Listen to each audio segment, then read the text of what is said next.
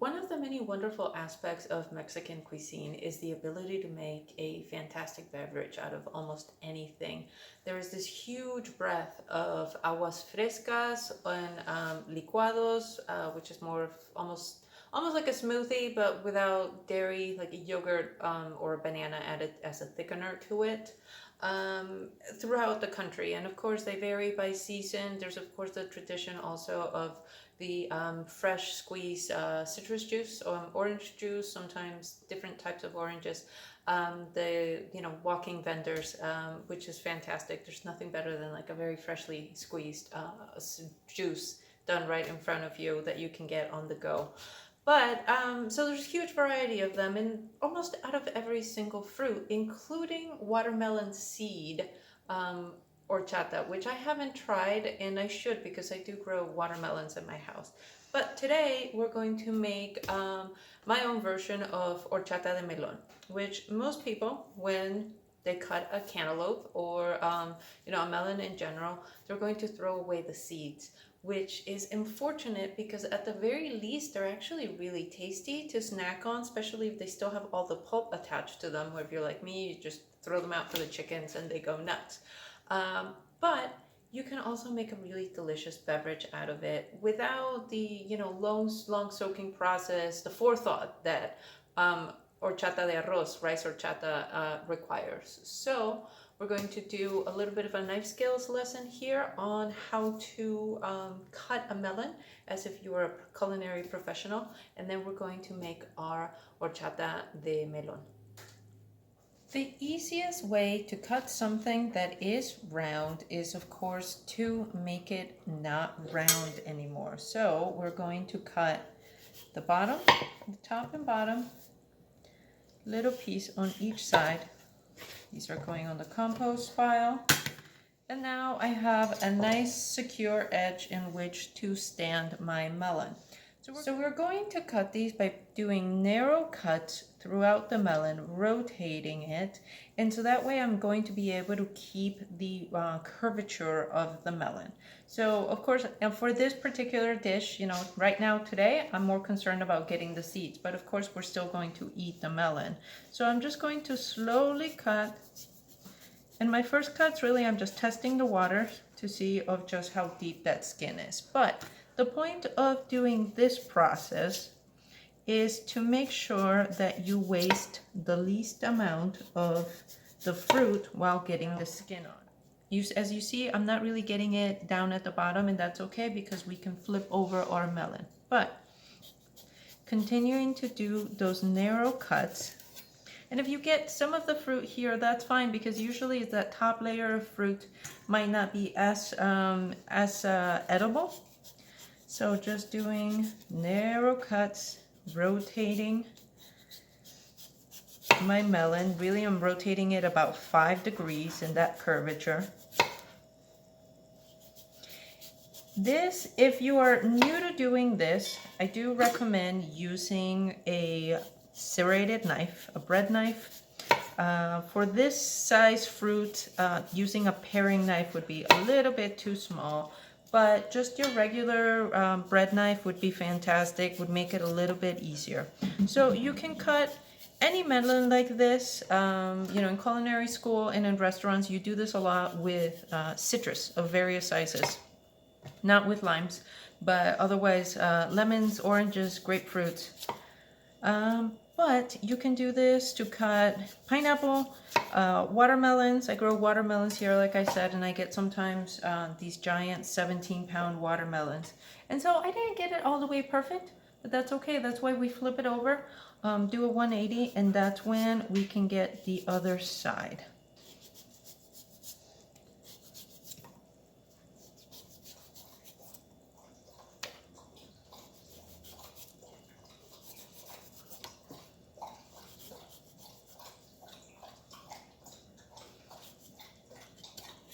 I'm going to make sure I get those green bits.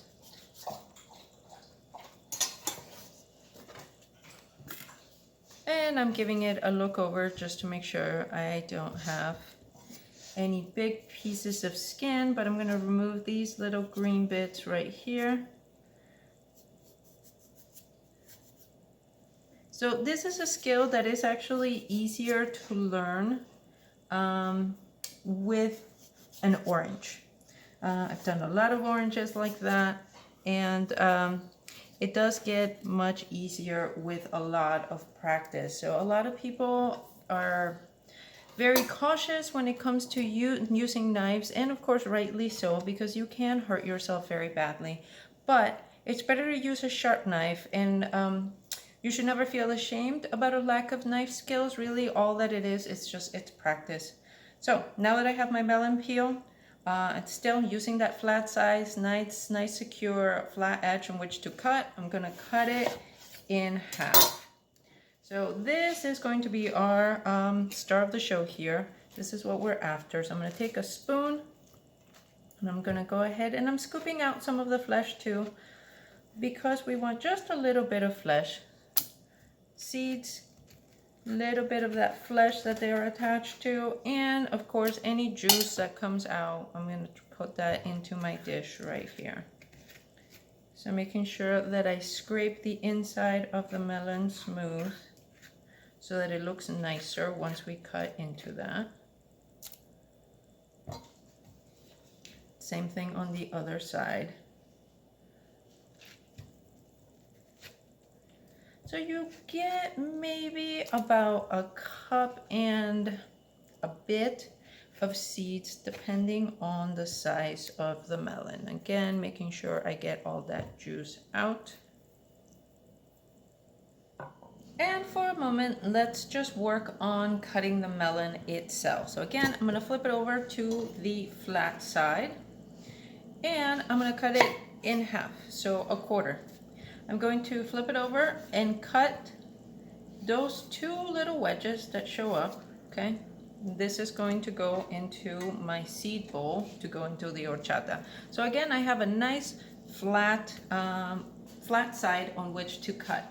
If you want to cut sort of a smaller dice with your melon, you can go ahead and carefully slide your knife horizontally so that you have two thinner pieces now which to cut. And then you can go ahead and cut into your strips, put them together, and go ahead and dice. And as always, you use your bench scraper, get them out of the way.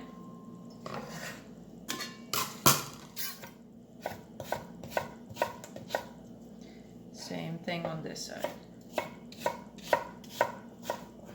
And try to be as consistent as possible on your cut size.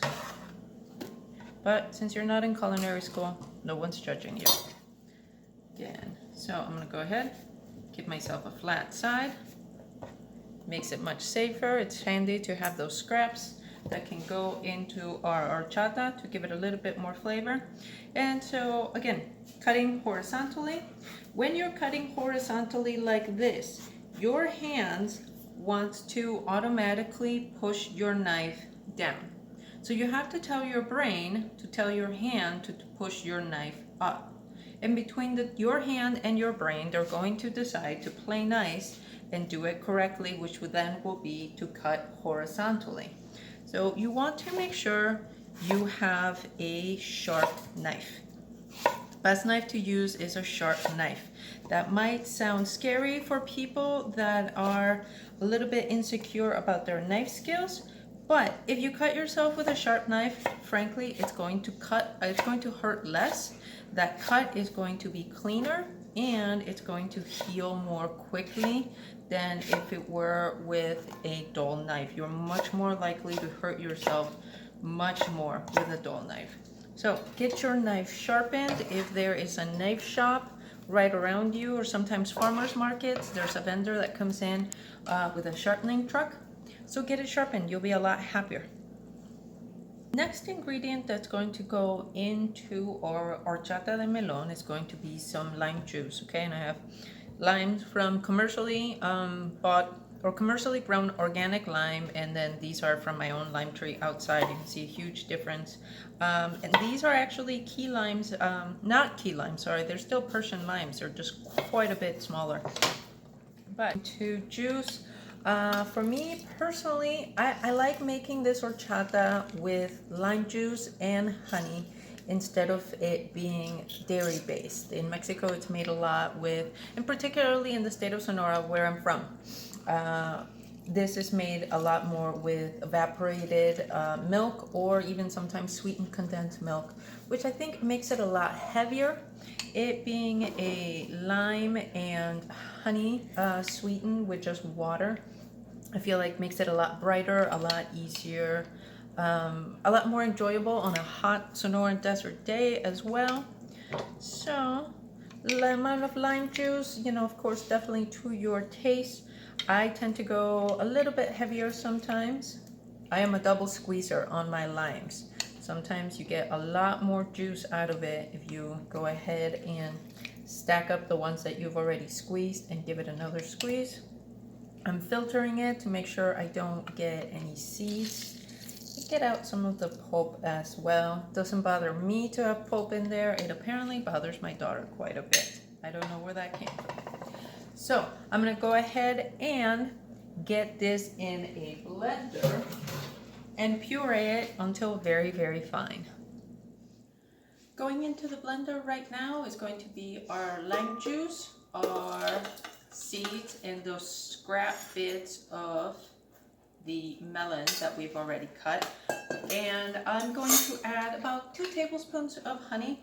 Anytime that I'm working with an ingredient that's really sticky, like honey, vanilla paste, corn syrup, if I actually have to use corn syrup, I usually try to measure it right into where I'm adding. So of course it becomes a little bit of an estimate, but that's okay. Or if you're adding, let's say, into a baked good that has molasses and sugar, make a little bit of a well in your sugar and measure your molasses into there. That way you're wasting less of the ingredient in just a container.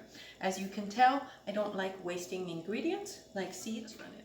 So I'm gonna go ahead and start pureeing this really, really high until it's a very, very fine, fine mixture.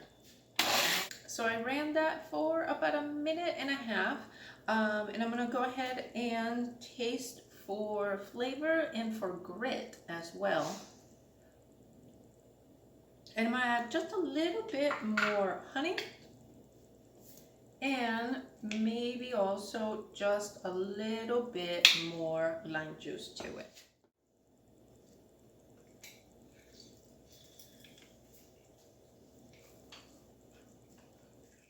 My honey and my lime juice are where I want it, so I'm gonna go ahead and, this is of course totally optional, add some spearmint to it. I already have maybe about a tablespoon, a packed tablespoon of fresh spearmint leaves in there. I use spearmint rather than peppermint because to me peppermint sort of just reminds me of toothpaste and like a manufactured Christmas coffee drink flavor, whereas spearmint, which is used a lot more in Mexican cooking, is just more refreshing. So I'm going to go ahead and add these at the very end and just give it a couple of quick pulses to get them to break up. You don't want to put them in for the entire time because the mint would bruise really easily and it would turn kind of black and ruin the flavor just a little bit. So just a couple of quick pulses to break them up. Now that the mint is done, I'm gonna go ahead, I'm gonna add a little bit of water to the blender cup itself just to get it filled out enough to come out from there. And I'm gonna pour into one of my big mason jars. So you can thin it out to your taste, of course. For this, I usually add about 1 quart of water. Might as well go ahead and make sure you have cold water to add. If you wanted to add different flavors to this, you can easily go ahead and add something like fresh ginger at the beginning. You don't even have to peel your ginger. I usually just make sure I wash it, and as long as the skin's not damaged in some way, I just throw it in there. So just kind of cut it into some big chunks and throw in it at the beginning while you're pureeing your cantaloupe and your seeds. Something like fresh turmeric as well would be good. And same thing, you don't have to peel. Sometimes I do also like to add just a little bit of salt to this, just a tiny bit. And that salt is going to perk up the flavor just a little bit. So it's 2 tiny little pinches, you know, pinches like 1/8 of a teaspoon.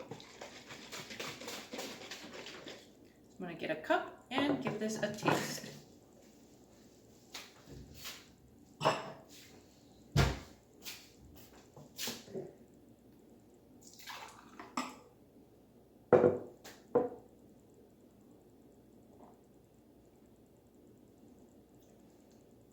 You could do just a tiny bit more of lime juice, but that's, you know, my personal taste. Otherwise, it's nice, it's sweet, just a little bit of that spearmint flavor. Definitely something you can easily turn into a cocktail just by adding a little bit less water to the base. That way it doesn't get watered down too much. But I definitely would recommend letting it kind of infuse a bit still while it's in the fridge. So let it sit in the fridge for about 2-4 hours and it's going to be a lot stronger of a flavor. Drink it within 2-3 days at the most, otherwise it's going to start to change color a little bit. But it's sweet, it's refreshing, and it's just got that little bit of the tartness.